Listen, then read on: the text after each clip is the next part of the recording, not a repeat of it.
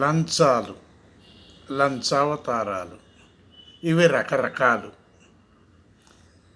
GHMC పాత బిల్డింగులను పడగొట్టాలని చెప్పి already నోటీసులు ఇష్యూ చేసింది పాత ఇళ్లకు.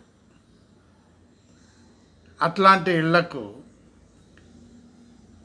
డిస్ట్రాయ్ వాళ్ళు పోయి మీ ఇల్లు పడగొట్టాలని చెప్పి నోటీస్ ఇచ్చారు, మరి మీరు ఇంతవరకు పడగొట్టలేదు, మేము పడగొట్టాలనా లేదా ఏమైనా ఇస్తారా ఆమ్యామ్య అని అంటే వాళ్ళు ఆమ్యామ్యాలు ఇచ్చుకొని కొంత టైం తీసుకోమని చెప్పి ఓనర్లు చెప్పడం జరుగుతుంది. వీళ్ళు ఆమ్యామ్య తీసుకొని వస్తున్నారు. ఈ విధంగా ఇదొక లంచావతారం. అంటే ప్రభుత్వం దారి చూపిస్తున్నది ఇట్లాంటి వాటికి.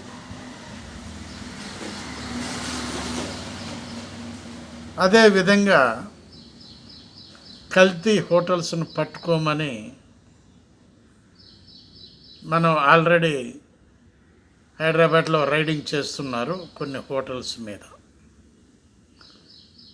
ఇది కొంతమంది ఆఫీసర్లు ఆల్రెడీ మీ హోటల్ మూసేయమని ఆర్డర్ వచ్చింది, మరి మీరేమంటారు, ఏమైనా ఇవ్వగలరా ఆమ్యామ్య? అది తీసుకోవటం, సైలెంట్గా ఉండటం. ఇది ఎవరు చూపిస్తున్నారు? ప్రభుత్వమే చూపిస్తుంది దారి అని అంటున్నారు ప్రభుత్వ ఉద్యోగులు, ప్రజలు. చూసారా, రకరకాలుగా ఉన్నది. ఇదే విధంగా ఏ రాజకీయ పార్టీ అయినా పరిపాలనలో ఉన్నప్పుడు కొన్ని బీదవాళ్ళ దగ్గర డబ్బులు తీసుకోవటం, ఆ ప్లాట్లో ఇల్లు కట్టుకుండా అంటాం, డూప్లికేట్ పేపర్లు అంటగట్టడం, పట్టా పేపర్లు అంటగట్టడం, అన్నీ డూప్లికేటే. చూశారుగా, రీసెంట్లీగా జైలుకు కూడా వెళ్ళి వచ్చినటువంటి వాళ్ళు. ఆలోచించండి ప్లీజ్, దేశం ఎటుపోతుందో ఒక్కసారి ఆలోచించండి. లైక్ కొట్టండి, షేర్ చేయండి, సబ్స్క్రైబ్ చేయండి.